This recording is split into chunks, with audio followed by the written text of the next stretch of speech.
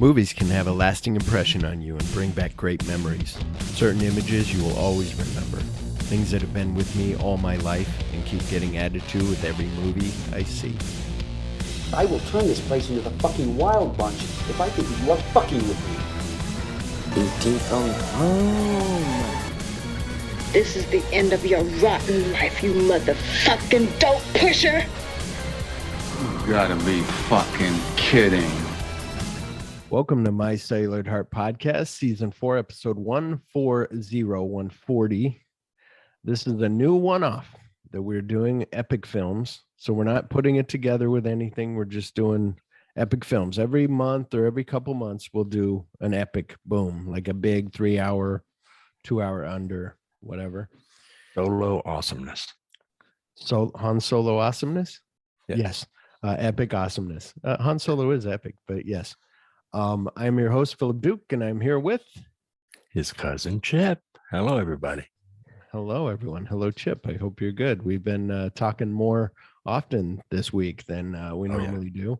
So, and that's what's weird. Chip's coming to town at the end of April, but it's like, well, I see you all the time, you know, so it's kind of funny. Let's start with the bad news. Gilbert Gottfried passed away yesterday. Yep. And that was, I like him. The favorite scene, the one that I most know him from, is Beverly Hills Cop 2, when he's like, so if I had like $200 in this hand, like you'd forget, like you'd have this much money in this hand and maybe you forget about this other hand. And he's like, and they put on their glasses because they're like, you're trying to bribe me. And Axel Foley's like, so if I had like, yeah, he's like, yeah. So, but of course, I remember that part, but I think the best part about it too is the fact that he just those are my wife's tickets. Those are my, and he just grabs the phone, yells in it, bitch. Yeah, and then hangs up. And it's just like, good. Yeah, there's like I shared it with Chip yesterday, that scene, but it didn't have that part where he kept like bitch, and then he'd talk, and then he'd pick up a couple times. He does that. It's funny. But yeah, he was great. And I was gonna read a thing if you want to hear something great said about him. Bobcat Goldthwait had shared like that he wouldn't like all this everybody making a fuss about his death. Mm-hmm. So he was like, he was a great man, he's this, blah blah blah. He's like, but also he could have been an asshole. And he's like, that was just for Gilbert. He goes, Gilbert would have got a kick out of that. Like, that's a joke Gilbert would have said. He's a great man, but he was also kind of an asshole. So anyway, so Tim Martin wants us to know that it's still not too late to donate to their next short film, Whispers, which is like that horror thriller where it's like, you know, all you see on the, so if you go to the indiegogo.com /projects/whispers -6 and the £sign and /. Is that a £sign? Is that a numeric sign? That, what is it? We say pound, and all the kids these days say hashtag. That's right. Okay, so it is a £sign. Yes. So pound it. So yeah, send them some money. They're looking for, you know, they're up there pretty good now. So, and you send them money and you get little you get pictures sent to you of behind the scenes, and you get, you know, all this stuff. You get a thank you in the credits, and it's really cool. So throw them some ducats. Do the kids say ducats? Cheddar. Is that what they cheddar? Wow. Some now cheddar. That sounds a little 90s. You sir, they still say cheddar? Clams. Oh yeah, I guess that just threw me into a food loop. Fruit loop? No, a food loop. Clams. Yeah, okay. Yeah, give them some money. How about that? That makes it easy for everyone. Yes. Even aliens can understand.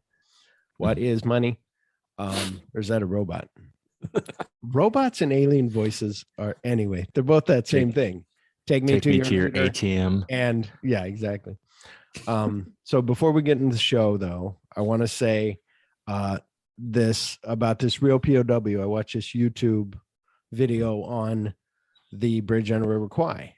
Now everybody goes there to see this bridge. It's a tourist attraction, but it's a smaller bridge. It's not really high.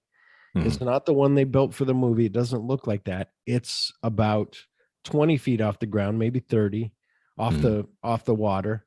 And they said the real bridge was made like about a mile upstream. Okay.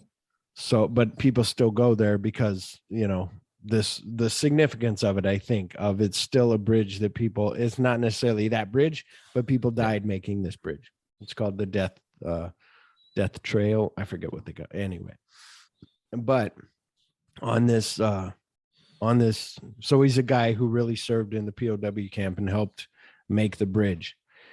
And his name is Trevor Dakin. And he said, quote, "You can never appreciate freedom until you've lost it. We didn't. And I can assure you, if we would have had some foresight of the 3.5 years we spent, I think we would have rather gone down in battle."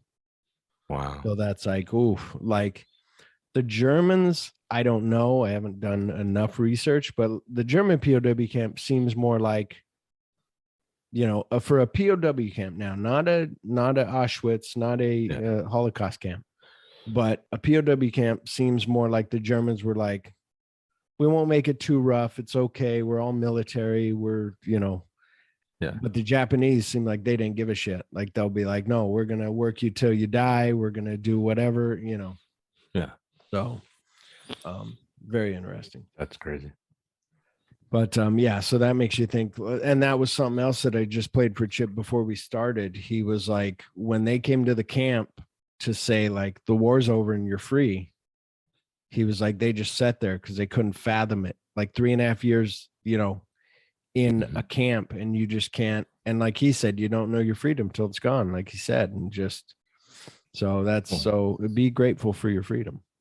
Well, and the fact that like after that, it's got to be crazy like it was for people from Vietnam and stuff coming back and having to reassimilate into, doing regular things when you saw death and everything all around you. So. Well, I remember, on a quick side note, I was talking to one of my bosses about the movie Hurt Locker. Mm-hmm. And I was like, yeah, it's a pretty good movie. And he's like, yeah, but then there's that scene of him walking through the grocery store, like for a long time, of just him walking through the grocery store. And I go, it was showing you that he's not over there. He's watching his back. He doesn't know when he's going to die day to day. Now he's doing a mundane thing like shopping for cereal. Yeah. And it's just, crazy. And he's like, well, I don't know. I didn't like it. I didn't like it. It was too much shopping for cereal. All right. And so now, are you ready for corrections from last week? We got one. Oh no. What do we do? You were wrong. Wrong. Finger guns. Wrong. And you're winning. So I talked last week about, I said Tim Martin had adopted his cats from the directors of Synchronicity. Mm-hmm. But what I meant was Synchronic, which is on Netflix, I believe still. And the guy's name is Aaron Moorhead. They're these double directors, Aaron Moorhead and Justin Benson. And so after Chip and I did that episode, then I'm like, oh, look, like the third episode, was it third episode of Moon Knight said directed by them. And when you look them up, they've directed 5 of those episodes. So it's probably the rest of the 5 that they've done. And then he told me that they got picked up to do season 2 of Loki. Sweet. To do some episodes of that. So I'm like, awesome. So that's a correction there. You ready to get on with the show? It's a sweet ass correction because it leads into the fact that they got more jobs for Marvel. It's sweet in that way. It's sweet in the way of you and I talked about going to Tim Martin's, like, one of his sets and be like, and him being like, sure, come on. What do you want to be? The homeless guy in the corner? Yeah. Is him being like, hey guys, can I come and check out of course Disney will be like, no, fucking nobody's allowed. Like, because we're on lockdown. Nobody's allowed to know anything about anything. The only person that can keep a secret better than Disney, which I've said, is Chadwick Boseman. Like, they can't find out what Chadwick Boseman had cancer. Like, holy shit. Yeah. But you can't find. That's what I love about all these theories about what this new Doctor Strange is going to be. Yeah. Nobody knows. Disney isn't going to tell you. And even though you have theories of Tom Cruise being Iron Man, if it turns around and it's Tom Cruise being Reed Richards, you're like, holy shit. Like, I didn't expect that. Like, that's awesome. So, or just being Captain America, and you're like, oh, short Captain America, I like it. No, you don't like it. Don't like it at all. Yeah, The exactly. shield's bigger than him. That's right. Like a little kid. Like, they got to make the shield real small to make him look real big. It's like a baby. It's hilarious. You ready to get on with the show? Yeah. Bridge on the River Kwai is a movie that takes its time in a way that's almost unbelievable. I went back and revisited it, and I forgot how I timed it, but I think it's something like an hour before you get the plot. Those were the days when you could have an intermission and you could have a 2.5-hour movie and everybody sat and watched it. It's a kind of an amazing film in terms of the time it takes.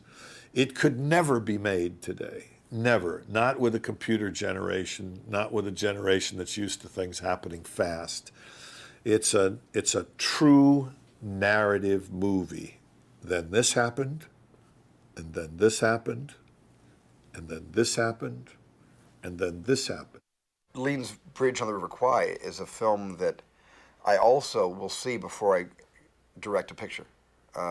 Maybe not Schindler's List. I don't believe I saw it, but when I made my Raiders of the Lost Ark movies, the Indiana Jones films, and anything that has a lot of scope and is somewhat of an adventure, I'll always run Bridge. And I think one of the reasons is for that last scene. Just the choreography of where everybody is. It's the culmination of all these arrows that have all, rendezvoused in the same place, and they wired the bridge while the British were, with coconut braziers, putting on a kind of fop show, and my God, all these things are happening. And as a kid, I'm being dazzled by all these stories. They're balancing 4 stories, including Hayakawa's story. Saito's story is a story. And so they're juggling 4 stories, and I'm following each one, and each one is on a collision course on that bridge, which is, my God, the name of the darn movie, which is great. And that's the perfect picture. That's one of the most perfect movies ever made. So I didn't want to play a TV spot because we only had like one listener opinion. So I put Sidney Pollack and Steven Spielberg talking about Bridge on the River Kwai. So rest in peace, Sidney Pollack, who we lost years ago. Steven Spielberg, keep it up. They talk about the greatness of this film. So, and before I get into it, let me just say, so Chip said, let's do Bridge on the River Kwai. I was like, like that's not my favorite of my list of epics, but okay, I'll do it. You're my co-host. Let's do it. And that I do like the movie, and that I end up finding a good deal for $20 to buy these 5 films. So I was like, okay. And 2 of them were epics. Do what? It was kismet. Yeah.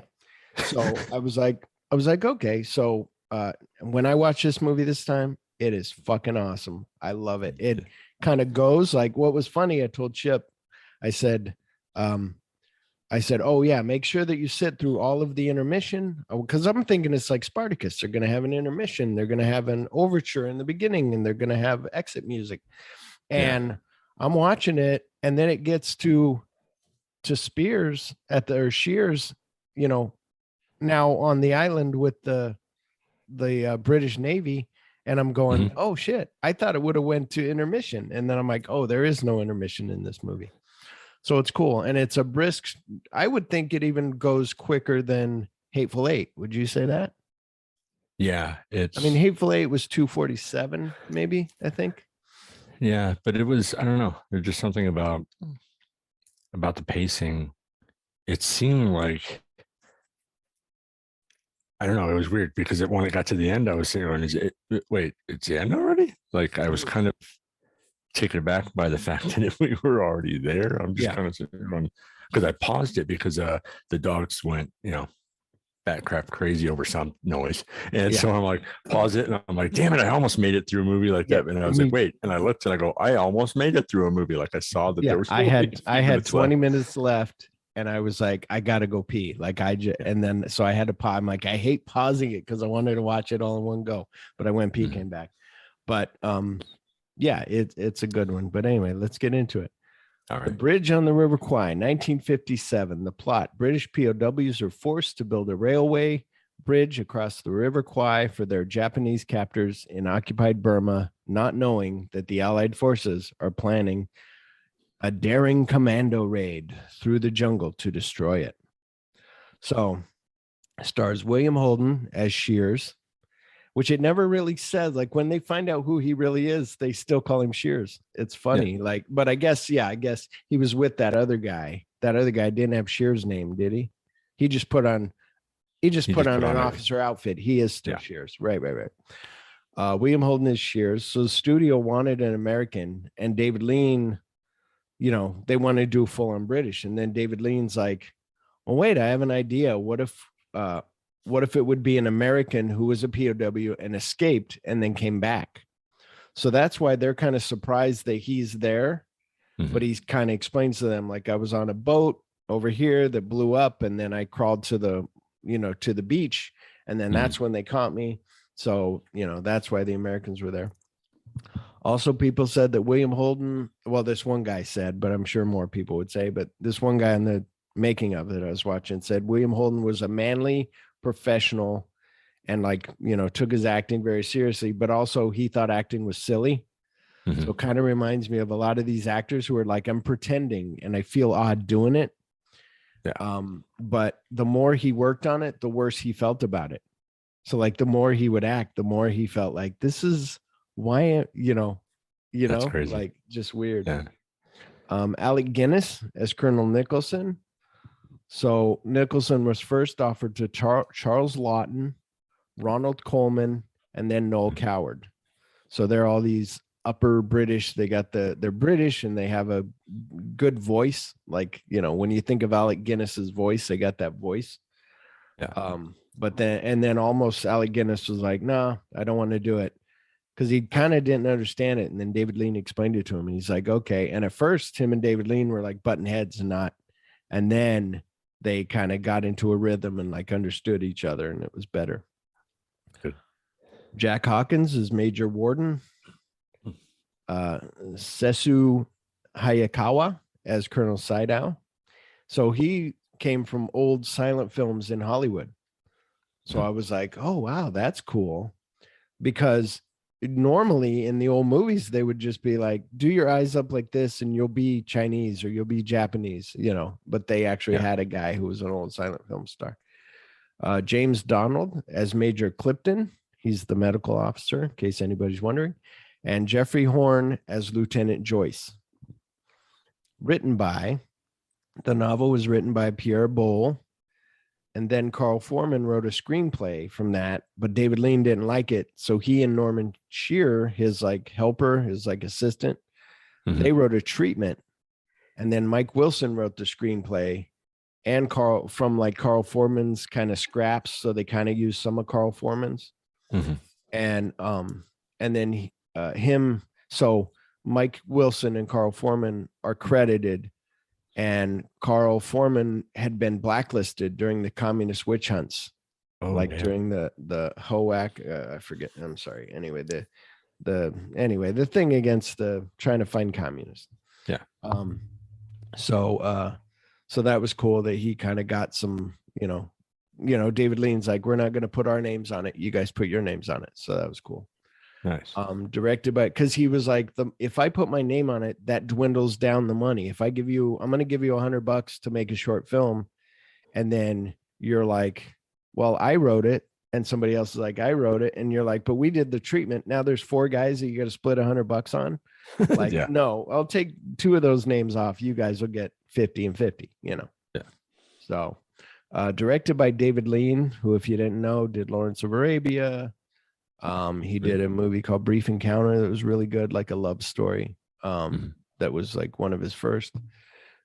Chip's just biting at the bit because he wants to get to Recasted. Are you guys ready for Recasted? Okay, for Shears, I was thinking who would look good without a shirt? Brad Pitt as Shears. Yeah. That's like your go-to. But I also, need the pecs to be impeccable. Yes, I know. It was more of, I'm thinking, who's an actor now who would take off his shirt and not be ashamed by it? And Brad Pitt is older, but he took off his shirt in that scene in Once Upon a Time in Hollywood.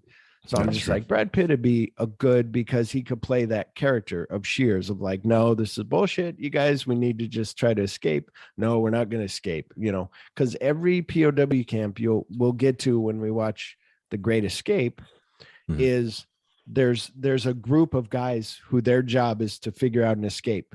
The others are doing their own thing. And then you would get together and be like, here's what we planned for the escape. And then everybody's like, okay, let's do it. Nice. Colonel Nicholson. Are you ready for this? It's going to be mind-blowing, Chip. You might have picked the same guy. Ewan McGregor. So you got Alec Guinness, Obi-Wan. You got Obi-Wan, whatever. But he's got that, even though he's Scottish, but hey, let's put him in here. Yeah, of course. I think he'd be good. And he's 50. He's my age.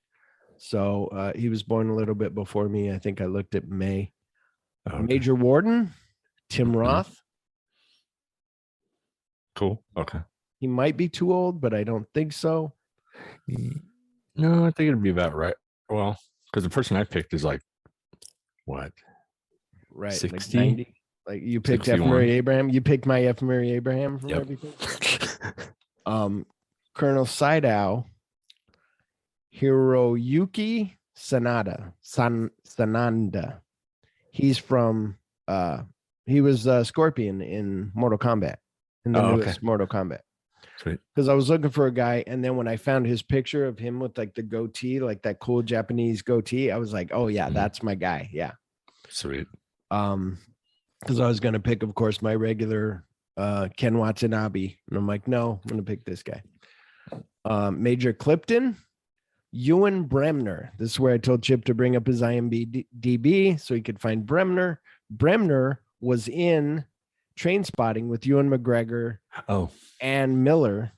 I forget what's Miller's first name. Anyway, he was in that, and he's also in he's in the Wonder Woman, where he's one of the World War I guys. Yeah, and he was in red-haired guy. Damn it, The Rock, and Sean William Scott. He was driving the vehicle. Run down. Yeah, Run Down. Yep. But I thought him, for one, you'd have them two from Train Spotting, but also him being like, him being like a medical guy. Lieutenant Joyce, I brought him in again, but I don't care because I see him being afraid to stab somebody. Tom Holland. Yeah. That would make sense. So, yeah. And because Joyce was now, and it doesn't matter because Tom Holland can do American or British because he's from England. Lieutenant Joyce was American, right? He was Canadian. Canadian. Okay. So yeah. So Tom Holland will have to be like, okay, what's up, eh? I'm gonna stab this guy, eh? Yeah. Or I won't, eh? That's right. I'm afraid to stab the guy, eh? You hoser. Okay. Yeah, that's right. What do you got, Chip? All right. Well, my first dude, Shears, is Bradley Cooper. Okay, cool. I saw it as being I don't know, just right away, just the way that he was talking to people and stuff. The character itself made me think of Bradley Cooper in a way that he's kind of got that funny to him, that little bit of quirky kind of a humor, but he's very much like, fuck you guys. when you say that, I could see Bradley Cooper in every single William Holden role. Like you could see, like he's that, like William Holden is that kind of actor for Bradley Cooper, Yeah. And something else to go back real quick. My Lieutenant Joyce was almost going to be Scott Eastwood because there was a moment when he looked like Scott Eastwood when he's on the beach and he's getting ready with the plunger. Yeah. And I'm like, he looks like, but Scott Eastwood looks military and looks like a killer. So you're like, no, so I wanted somebody a little younger. Yeah. A little like, I don't know, baby face. Yeah. Yep. For Colonel Nicholson, I have Michael Fassbender. Oh yeah. That'd be good. Yeah. Oh my God. Yeah. That's really good. I like that. And it was cool because right away I thought that he could play the part. And then as I'm seeing everything that he was put through, I was saying, Michael Fassbender could take it to that level and then just be that guy that everybody respects. And there was a movie before he became bigger. It was called Hunger. And it was like an Irish film, and it was a true story about this guy who was starved while he was in prison. And he looks like, when you say that, that brings back the images of him just like emaciated and, you know. For Major Warden, Colin Firth. Totally. Yes. That's the kind of guy I was looking for. When I said I almost went with Brendan Gleeson, I was like, he's too old, but that's the exact type. Brendan Gleeson, Colin Firth type. Yeah. Yep. Colonel Saito. It's like, yeah, I think Saito. It's funny because Ken Watanabe was who I thought of like right away. Just like, I just wrote it down. It's probably because you go Japanese. Who's a Japanese guy? So I had to look up Japanese actors because I'm like, I know there's more. The only name that I know is Ken Watanabe. And when I found that guy, I'm like, yes, he was good. You know. Yeah. When I looked up other actors, but when I looked at him, I thought of his brief appearance in Batman Begins, and I just thought of him as like this would be that part for him. Like I could see him being like just the way I want it, but I could also see him having that frustration where he just that back and forth between him and Michael Fassbender for mine in this part. I could see them going back and forth and just the frustration and pulling it off. Major Clifton, the medical officer. I'm sorry. So you did pick Ken Watanabe. Yep. Okay. Major Clifton, the medical officer, David Tennant. Oh, yes. One of the doctors, right? Yeah. That'd be cool. Yep. He's the gray-haired guy one, right? He's the gray-haired one. David Tennant. Gray-haired. Everybody's yelling at me. I'm sorry, I don't watch. He's not the guy from he's not the guy from the James Bond movie, right? No, he's the guy from I know him, but I thought that he had white hair. Hang on, I'm bringing it. Oh no, I think it's the guy that I'm thinking of. Yeah, hang on. I'm sorry, everybody. Slow the show down. Yeah. Okay. Yeah. Never mind. He was a guy that was the bad guy in that Marvel thing. Yes. Jessica Jones. Yep. Yeah. He'd be good. Yeah, he'd be real good. That's some good choices, Chip. Okay, continue. This one you may not know. For Lieutenant Joyce, Robbie Amell. That's what's his name's brother? Cousin. Stephen Amell's cousin. He's not the one that acts with him in that one thing that you were watching, that wrestling thing. No. But he is. I think he showed up in that recent Resident Evil movie. Oh yeah. He's got a Dave Franco look to him, but not as Dave Franco-ish. No, that. But I saw him as like really being that baby face, like a young, a baby face. Yeah, that's cool. I like that. He just could not stab somebody. That he's just like, nope, I can't do it. Yeah. And I have one more because I thought we were all right. Well, you hit me with it, and then I'll hit you with it. But go ahead. Okay. Colonel Green. I have Clive Owen. So Colonel Green was the old guy, the white-haired guy, right? Yes. That was at the place when they're planning the mission. And they meet Joyce, and he's like, what do you think? And then William Holden's like, no, I don't think this guy will do. Later he's like, I didn't want to say it in front of everybody, but here's what I think. And then basically, but it was before that when he's like, I guess being as I've been hooked, I guess I'll volunteer. Yeah. So you have who? What was his name? Clive Owen. See, I would think an older guy, like you want almost like this older general, like a George Clooney. But then you want a British guy. So yeah, you're right. Well, Clive Owen's old enough now that, I mean, even with him just having, because if he had his head shaved the same way, had just the mustache, right, and it was like whitened mustache and kind of a, lighter. And with our thing, we don't need an older guy. You don't need it to be exact. You can have it be just this guy. Or you take my Brendan Gleeson and you put him in there. He'd be good for that part. In a way of like no shit, not taking no shit, and so that'd be cool. We talked about it last week, but when was the first time you saw this epic film? I was with your dad. Mhm. You said you might have watched some of it and then went off to play GI Joes or Yes, Mask or mostly. whatever. Yeah. Yeah, I forget. I think mine came later when I started getting into like more into film, and I was like, oh, I should watch this thing. Mhm. And I watched it, and I remember, but sometimes with those, you're watching them just to watch them. Mhm. So you're not taking them in. You're just like, I'm supposed to watch this film. And you're like, that was good. It was long, but it was good. But this time I got a lot out. I love it. It was great. Yeah. Well, and I think for me, the only thing that I truly remembered Mhm. was the bridge blowing up. Yeah.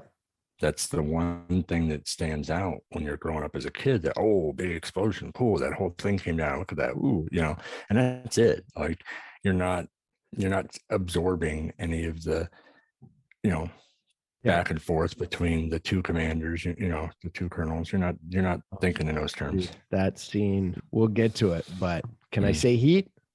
That's all I want to say. Yes, it was fucking great. I was like, oh shit. Yeah. Yes. Are you ready to get to some listener opinions?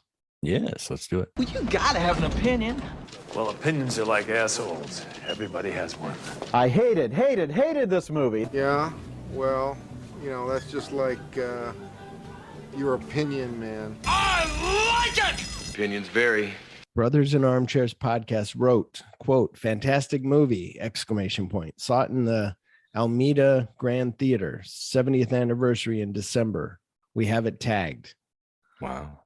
So part of me, though, questions this because 57, 67, 77, 87, 97, 07, 17, 27. That's 70. So I'm thinking he thinks Lawrence of Arabia is what he's remembering, but I'll check it. But it's the 65th anniversary this year. Yeah. So, which is something that I was like, oh, cool. 65 exact years. That's awesome. But thank you, Brothers in Armchairs. I didn't mean to shit on you. I was just wondering 70th anniversary, but maybe it was a 60th anniversary if you saw it 5 years ago. Oh, that's true. So now let's discuss this thing, Chip. In early 1943, a fresh contingent of British POWs arrive at a Japanese prison camp in Thailand, led by Colonel Nicholson. So the Colonel Bogey March song actually has lyrics, and I told you this, but I was like, I don't want to tell you till we're recording. But they couldn't sing those words in 1957 because it's like, no, that's not right. Would you like to know what the lyrics are? Yes. Okay.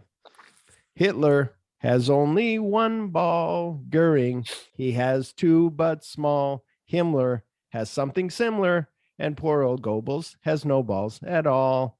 So it's about the Germans, but still, it's a great song. Like, yeah, sing. Like, if you're in a German prison camp and you're fucking singing that, like, they're going to be like, mother, what are they saying about us? I think they're saying we have no balls. Those motherfuckers.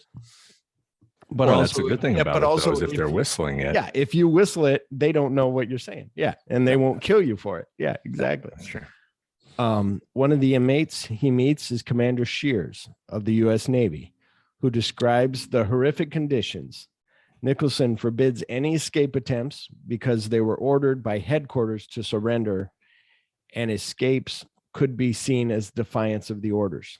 So I get that too, where you're like, but you're also like Shears going like, come on. But this also meets you with, being as this is a British made film by a British director, but by an American company, you really go, wow, I can see British is like stand up, like whatever. And we're like fly by your bootstraps, like do whatever you can to like make shit happen.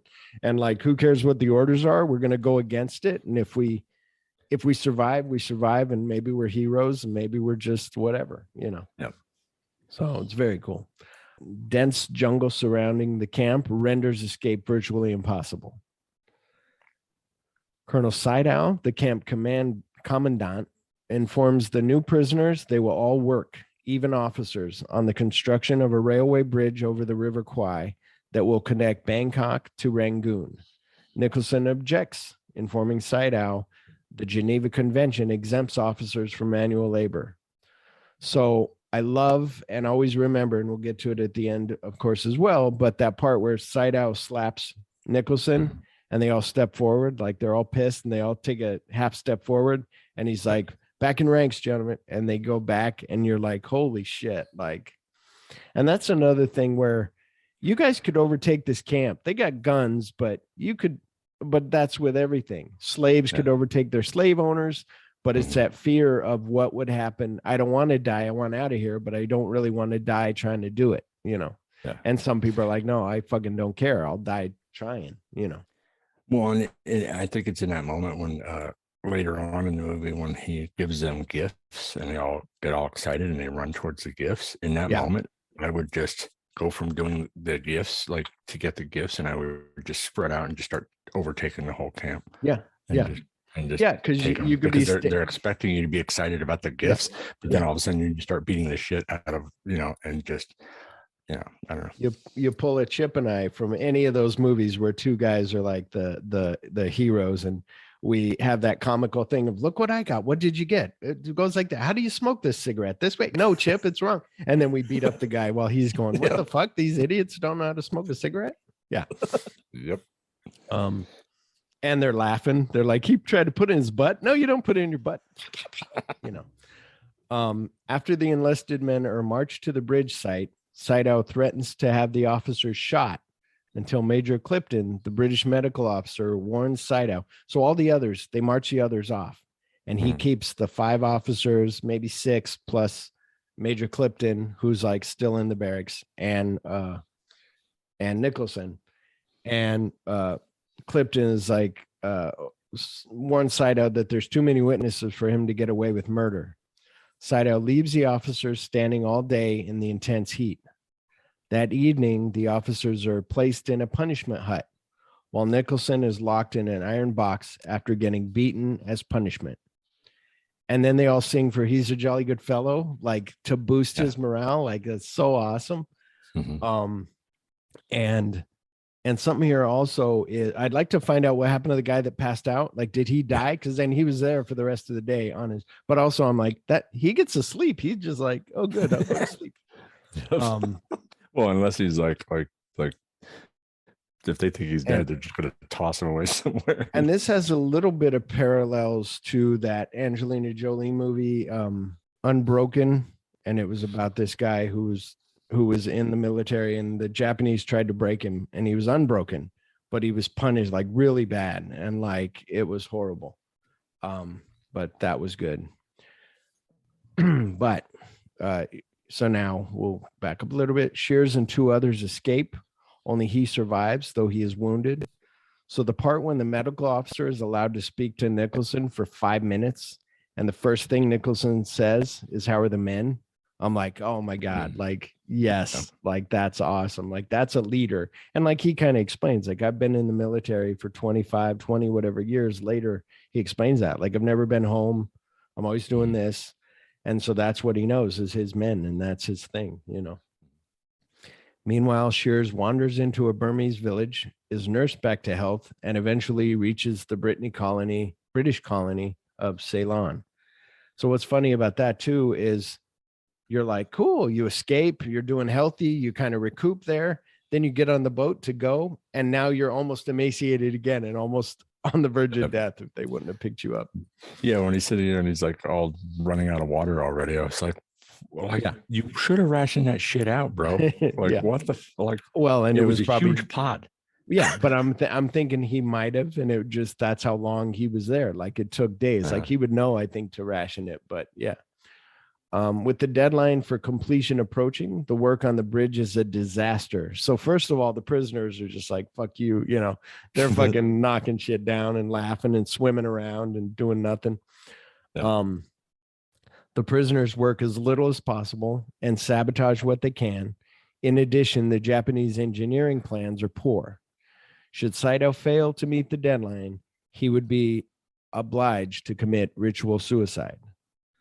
So then he invites him in for dinner. That dinner scene I wrote here might be as cool as the De Niro Pacino scene at the table in Heat.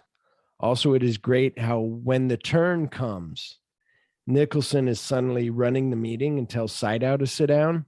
Like when Saito's up walking back, like at first he's like pours him some, gives him the meat. He doesn't want to eat that. He's like, it's, it's British, whatever, salty meat. I can't think of it, but I'm like, salty. Oh, the corned beef. And he goes, here's and then he gives him the whiskey or whatever it is, and he's just like sitting there and he's not touching any of it. And you're like, good. This guy is so weak. Like he should be scarfing that down, but it's taking everything in his body not to touch that. And then when Saito explains, like, if I don't do this, ritual suicide, and then Nicholson's like, oh, and then you see him take his drink and he drinks a drink, and then he tells Saito, sit down. And then they have this discussion, and you're like, oh shit, now he's running that meeting.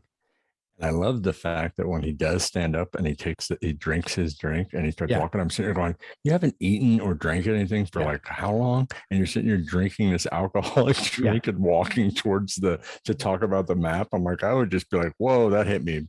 But if you noticed with him, like in his acting, like sometimes his legs will be shaky, he'll shake his legs and stuff. And you're like, oh, desperate, he uses the anniversary. So then he puts him back in. He's like, no, I'm not going to do it. And he puts him back in, puts him back in the thing. And then later on, he's like, I need, Saito's like, I need something. Like, what do I do?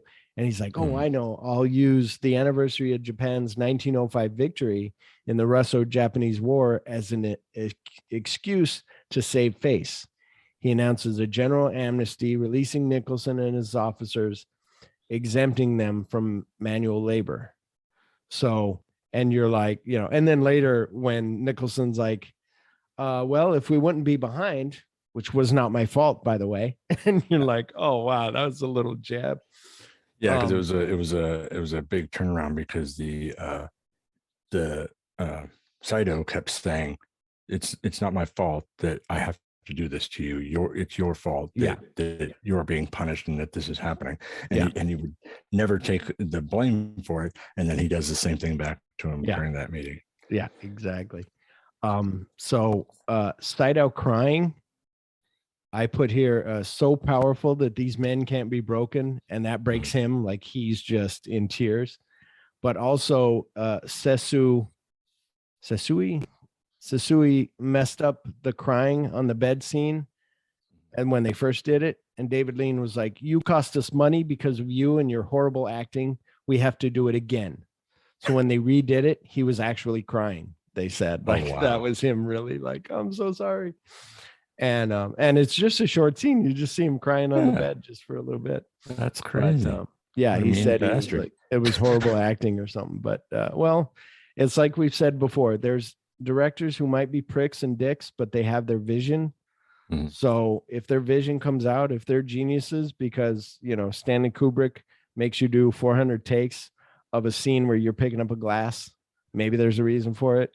If James Cameron's telling you to be in the real water, or Titanic or whatever. Nicholson is shocked by the poor job being done by his men and orders the building of a proper bridge, intending it to stand as tribute to the British Army's ingenuity for centuries to come. So I like that part when they're like 600 years, and he's like 600 years. Like, yeah, that's what I want, is something to carry my name over here. Clipton objects, believing this to be collaboration with the enemy.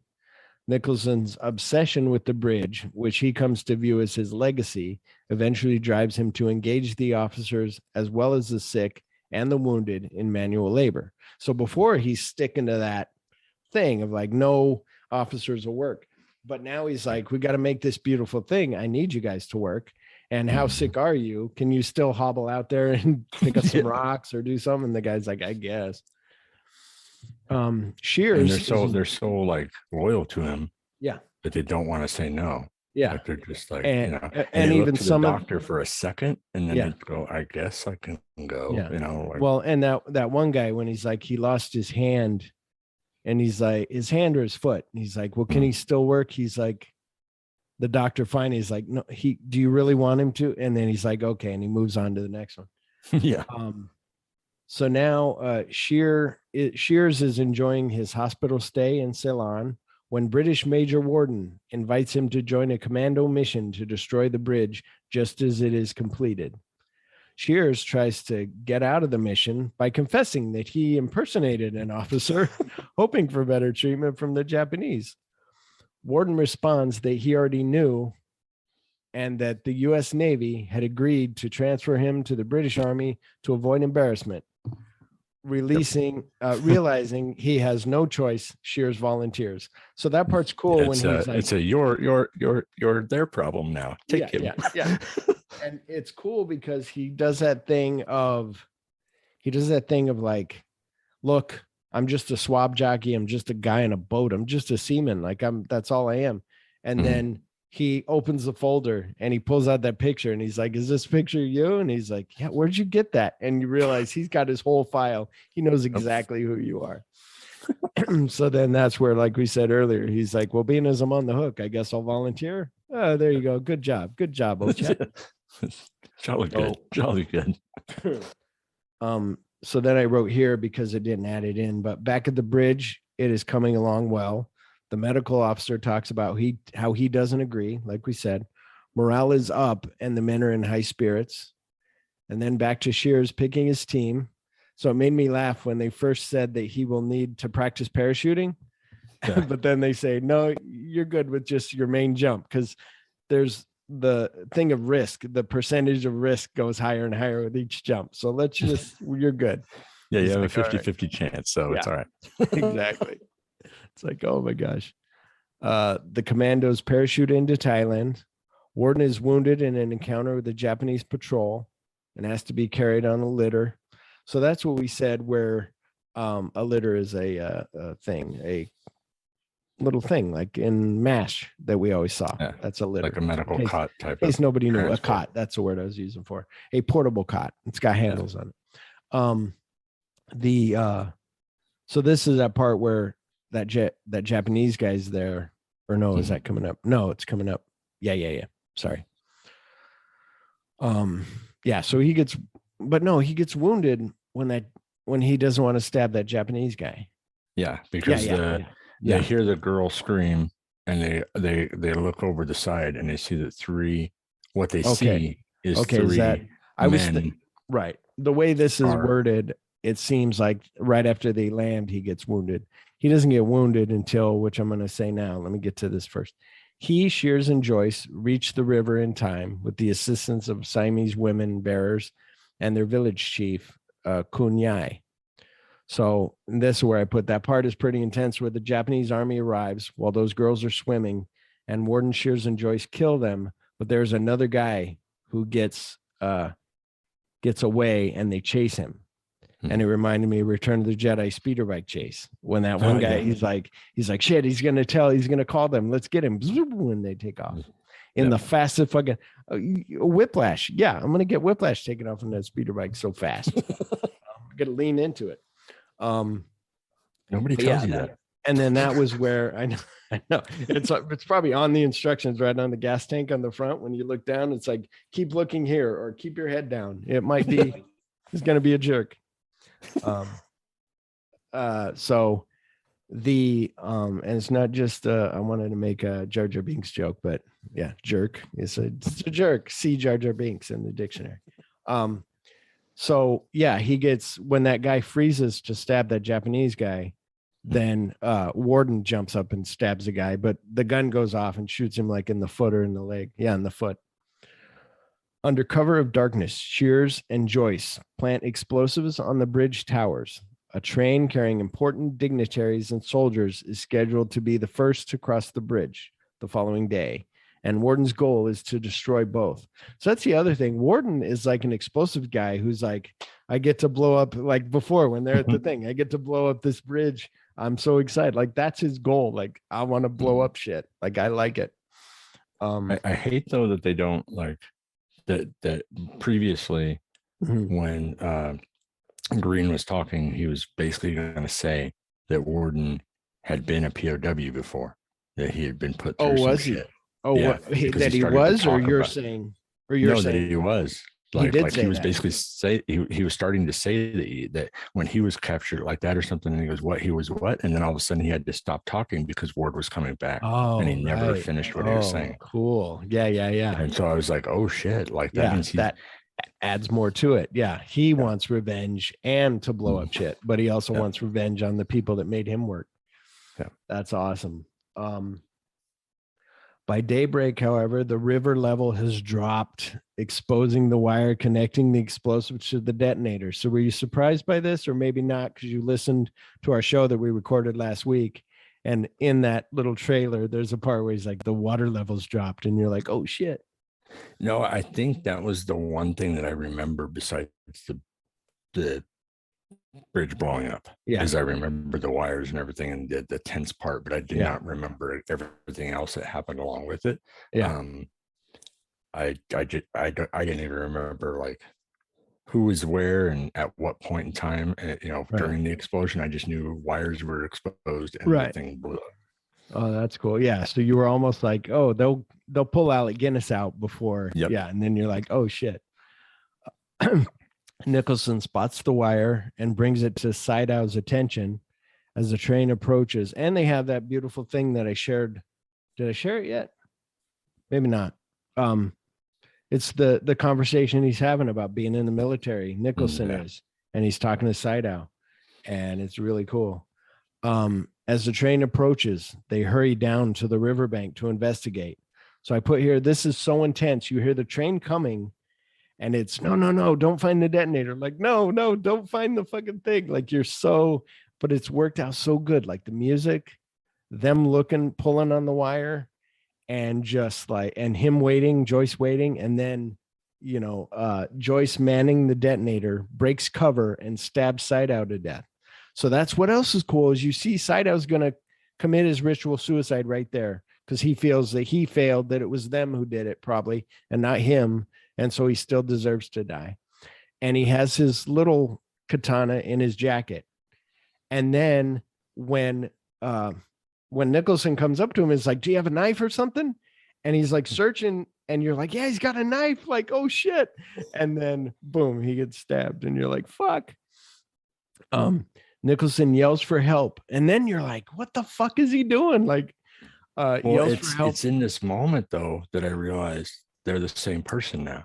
They become, that going back and forth, they're a little tete-a-tete kind of a thing, fighting, that they're both working on this bridge, and they both become the same person, that all they care about is the bridge. And nothing, they don't realize that they're on opposite sides. Exactly, because Sydow is like, I don't care who I'm going to use, officers and everything, and wounded people. And then it turns out where now all of a sudden he's become that guy. If I'm going to use the wounded guys, I'm going to use the officers. This bridge needs to be done. When Joyce is where am I at? Sorry. Nicholson yells for help while attempting to stop Joyce from reaching the detonator. When Joyce is mortally wounded by Japanese fire, Shears swims across, but is himself shot. So that part is fucking intense because you got Warden trying to be quiet, but you got now all of a sudden when Shears is like, I don't want to, I'm going to be quiet. And, I kind of don't want to do that. I don't want to even be here in this jungle. Like I already escaped. And now all of a sudden he's just jumps up. He's like, now he's heroic and doesn't care and runs to help Joyce to kill him. Because he's screaming, everybody's screaming, kill him. Like it is such a huge thing that they're all wanting him to kill the commanding officer of the British, because of the fact that he is basically another Sydow right now. Yeah, because at first they're like, what's he doing? Like, no. And you're like, oh, fuck. Recognizing the dying Shears, Nicholson exclaims, what have I done? Warden fires a mortar, wounding Nicholson. Dazed, the colonel stumbles toward the detonator and falls on the plunger, blowing up the bridge and sending the train hurtling into the river. So this is one where people have the argument. Did he fall on it on purpose? Did he fall on it on accident? John Milius and me, that's where I put myself with John Milius, believe that he just happened to fall on it. Like he was dying and he fell on it. But some people go, oh, he did that on purpose. Like he knew it was there. But you see him like kind of look and like fall and, But something that was great about the behind the scenes thing of this train. So they were like, we want to build a real bridge, a real train.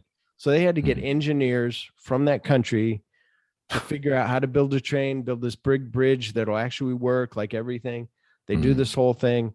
They go, okay, now we're going to blow up the bridge and drop this train into the water. And they're like, well, how do we do it? And David Lean's like, I'm going to have 5 cameras and we'll be all set. And when the conductor's ready to take off in the train, he looks at this little round disc that would have 5 lights around the outside and 1 light in the middle. And so he would, or no, the detonator guy would have that. So all 5 lights light up, or 4 of the lights light up. The 5th one doesn't light up and the middle one lights up, and the train starts taking off. And they're like, well, fuck, that other camera's not going. Because what the guys were supposed to do is turn the cameras on, hit that button and run, because they didn't know how big this explosion was going to be or whatever. So they were like, you turn those cameras on, you just run. So they were doing that. So the train's coming. That one camera's not on. So they're like, no, don't blow it yet. So the train goes across the bridge, but on the other end, it's not finished. So one of the guys ends up like jumping on the train to stop it, and it like derails and like crashes into something. They had a picture of it, and then they had to put it back on the tracks and back it up and spend like all day doing that. Oh, damn. But it was the guy that turned on his camera forgot to hit the button. So he just turned the camera on and ran because he was so nervous about, I got to go. And he just turned the camera on and left. So I'm sure he got shit. If Sasui got shit for fucking up that scene, I'm sure he got shit. But then they finally were like, all 5 lights are on, the center light's on, conductor go, and then he goes and they run it. And that whole thing, like a real train, and like, oh, it's crazy. That's crazy. Witnessing the carnage, Clifton shakes his head and mutters, madness. Like, everything put into that, and then it blows up, but also like madness of Nicholson becoming Side-Out and becoming so obsessed with this bridge and so obsessed with the other thing of no escapes and like just everything, but more of the bridge. And then that's the end. What do you have?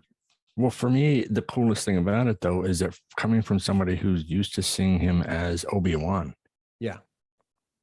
And then you see this situation where he's like, what have I done? It was almost like you're seeing Obi-Wan going to the dark side. It was just what the hell's happening here? Like, holy crap. It was so crazy to see this actor that you've grown up with in a certain way. And when you go back to the beginning, when he's like, we were told to surrender, so we can't escape because that'll be against our orders. But now they're helping to make a bridge. Now you're going to make a bridge so this train can get, supplies back and forth from Rangoon to, it's like, holy shit.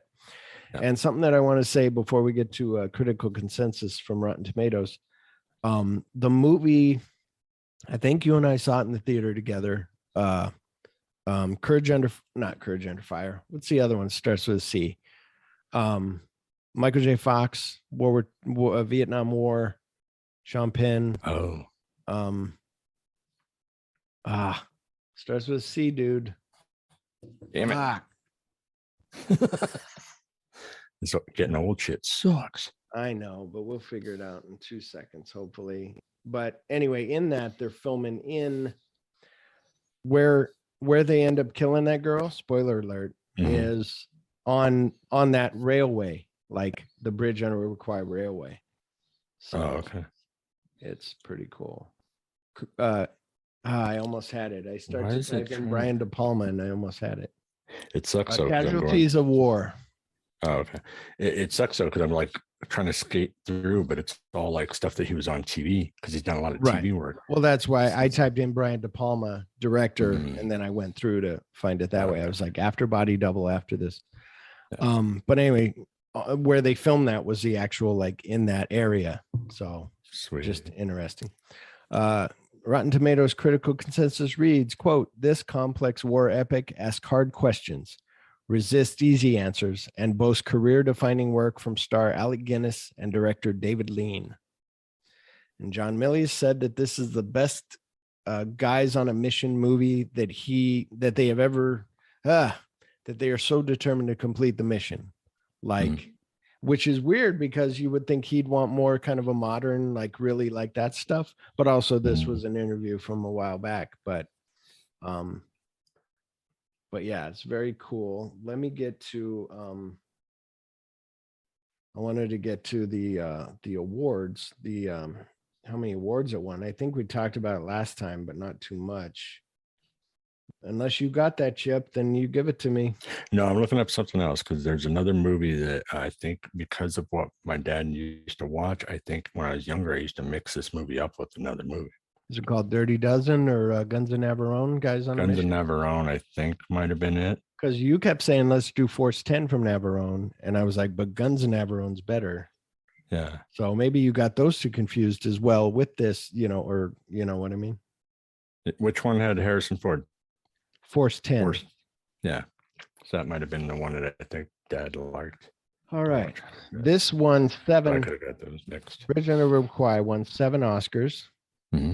It won for Best Picture, Best Actor in a Leading Role, Alec Guinness, Best Director, David Lean, Best Writing Screenplay based on material from another medium, and that was Carl Foreman, Michael Wilson, and Pierre Boulle. Well, Pierre Boulle wrote the book. I don't know if he got up there on the Oscars. Best Cinematography was Jack Hildyard. Best Film Editing was Peter Taylor. And Best Music Scoring, Malcolm Arnold, who did the whole march and does that as music. Mm-hmm. And then they were a nominee for Best Supporting Actor, Sesui Hayakawa, which he did do good. Even though he might have messed up that crying scene, he was a real asshole. He made you go, I hate this guy. Well, and that's what's funny is that you think about the fact that the director's yelling at him saying that you suck, as your acting sucks, blah, blah, blah, gets him crying. Yeah. And everything, but then he turns around and almost wins. And nominated. Yeah, exactly. I give this movie 5 out of 5 cellular hearts. Chip, what do you give it? I definitely give it 5. Okay. Because this is one I was not expecting the complexity of the two leaders. It's just crazy. And I did love the idea that, that the men were behind him 100%. Yeah. Even when he started, becoming more like the enemy. So yeah, getting the wounded, and they're just like, okay, if that's what you need, I'll limp over there and do it. Yeah. It was very good. And that's one where you got to look at these older movies, not like a Spider-Man or I don't know, anything newer. You got to kind of look at it for itself, by itself. You can't go, well, I gave Smokey and the Bandit a 5, but that's because Smokey and the Bandit is different than this. It's a different movie, but they're both 5 stars. So something else that I told Chip that we need to do for either the wrap-ups or at each show, that is why this movie is in my head and heart and why we chose it. We chose it for one because I said, Chip, I want to do epic movies because there's some that you haven't seen, and I would love for you to see these big long movies. Mm-hmm. And the thing is Epic Hateful Eight could have been epic because it was longer than this movie, I think. But the epics I chose are like older movies, like Lawrence of Arabia and Great Escape and stuff like that. But what's in my head and heart on this film is that slap when Sydow slaps him and they all step forward. I remember that. I remember him just standing there with them all standing like for his punishment. I remember, like you said, I didn't remember, and this time I really got a kick out of Shears running to, like, you're like, that whole thing is tense. Like, the bridge is going to blow up. Granted that maybe you've never seen this movie and you know that they're going to blow up the bridge, but it's how are they going to do it? And with them coming down to investigate the wires, with Joyce and them with the others trying to be quiet, and Joyce. And then Joyce is like, I got to kill him right now. They're like, kill him. And then he jumps up to kill him, but then they're like, kill him too. And it's like, oh, fuck. And he's waiting. He's like Nicholson, like thinking Nicholson will go, okay, I get it. But Nicholson's like, no, I'm going to stop you from blowing up my baby. It's like, oh shit. So that's the stuff that sticks in my head and heart. What for you? Maybe the wires. You said you remembered that. Yeah, because the only thing I remember is really the wires and knowing that the bridge is going to blow up. And my dad loved it. Watched it every time that it was on. If it was Sunday matinee or whatever, he had to watch it. If it was on, he was watching it. Period. So for me, it was why. I knew about the bridge. I knew about the wires. That's it. So I needed to know why. And now I understand completely why my dad could watch it each and every time, all the way through. Yeah. No matter what. And like I want to say, for one, I kind of said it before, but without saying thank you. But thank you for putting this movie up for us to do, because it was one where I'm like, all right, I guess we'll do it. But it was really fucking great. I was like, oh, I got so much more out of it this time. And it's not just because I'm doing the research for it. It's because I'm watching it now with 50-year-old eyes of my own, where I can be like, oh, wow, I get it. And it's the same thing with, I think I told you, Movie Chatter gave me Spartacus. I won a Spartacus digital code, and it's 4K Spartacus. And I watched that recently, and I didn't remember certain things from it. And then you're like, oh, wow, this is more than you think. Like, this is not a boring movie. This is really cool. And they put a lot into it. And it's like, like I told you, those flaming logs, those guys running with the flaming logs, like, you're like, holy shit. So that's one where, when I said, here's the epics I'm doing, Movie Chatter was like, how about, I was like, give me some ideas if you have any. And he was like, how about Spartacus? And I'm like, first of all, I forgot about that. Second of all, I don't really care. But then now I watched it and I'm like, no, that's really good. So. Well, and for this, the cool thing about this situation is the fact that you're bringing forth movies I've never seen. Yeah. And you're worried, it's good. Yeah. And you're worried that I'm not going to like it. Yeah. And then when I do like it and we're getting into deep discussions about it, you're like, oh, thank God. Yeah. But at the same time with this one, it was kind of the same thing, but there was something deep inside where I'm going, my dad loved this movie for a reason. So I wasn't worried about that. Like, there's just and something where about it. I didn't have the confidence that you had from watching it. I just had the confidence of knowing that. But Ann, you and I knowing each other, it's a thing of like, I can watch a movie and be like, oh, I believe Chip is going to love Once Upon a Time in Hollywood. I can see Chip getting something out of it. Maybe that one's a little more difficult, but like Hateful Eight, I can be like, oh, Chip will love this, or whatever else I can think of. So it's very cool. But anyway, join us next month for another epic movie in the series. We don't know what. I'm thinking Great Escape, but we'll figure it out. But for now, come back next week when we are back to putting two films together by one topic or theme over 2 episodes. Join us on April 22nd for... My name is H.I. McDonough. Call me High. Don't forget his profile, Ed. Turn to the right. What kind of name is Ed for a pretty thing like you? Short for Edwina. Turn to the right. You're a flower, you are. I do. You bet I do. Okay, then. Where's that baby? What? Are you kidding? We got us a family here. Mr. Arizona, which child was abducted? Nathan Jr., I think. Do you have anything to say to the kidnappers? Yeah. Watch your butts.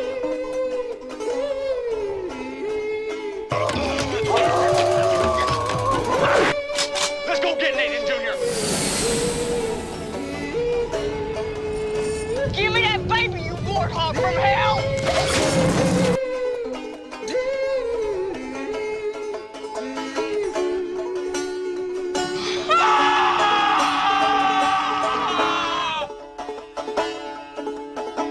We got a child now. Everything's changed.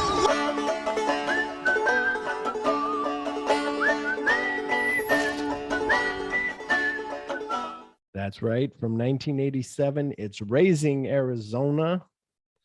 So, you can find this wherever they're streaming. You go rent it, maybe own it. I own it. Chip has to rent it. Chip's not sure. He's not sure about this one because when he first saw it, he was like, but now maybe he watches it with a different humor bone, a funny bone. Put your funny bone in and watch it. I'll make sure it's attached this time. And what else is funny with this is Nicolas Cage reading it didn't know where they're going with it. So he played it like he's Woody Woodpecker. Like we talked about on the show once, like he's got a tattoo of a Woody Woodpecker on his arm. And he was like, that's how it seemed like a cartoon to me. So I acted like a cartoon character. And the Coen brothers, I don't know. I mean, it worked. It's a good movie, but the Coen brothers haven't used him anymore. So I don't know if they were like, that wasn't quite what we were going for, but okay. Yeah. But anyway, certain movies stick with you. They stay in your head and heart forever. So from all of us, my cellular heart, keep watching movies. And then you sing the song, Chip. Do you know that that song? However it went. The Hitler had only one ball. Himmler had two but small. Goebbels had no balls at all. Something like that. Yeah, you got it. All right. So yeah, everybody check out Bridge on River Kwai and then go rent or pull out your copy of Raising Arizona. Yeah. Thank you, everyone. And we'll see you next, because then Chip and I are going to go see Massive Weighted Talent. That'll be those two connected. Raising Arizona takes place in Arizona. And then Massive Weighted Talent that Chip and I will watch in Arizona. So that'll be cool. That'll be awesome. That's right. All right. Thank you, everyone. Goodbye. Bye.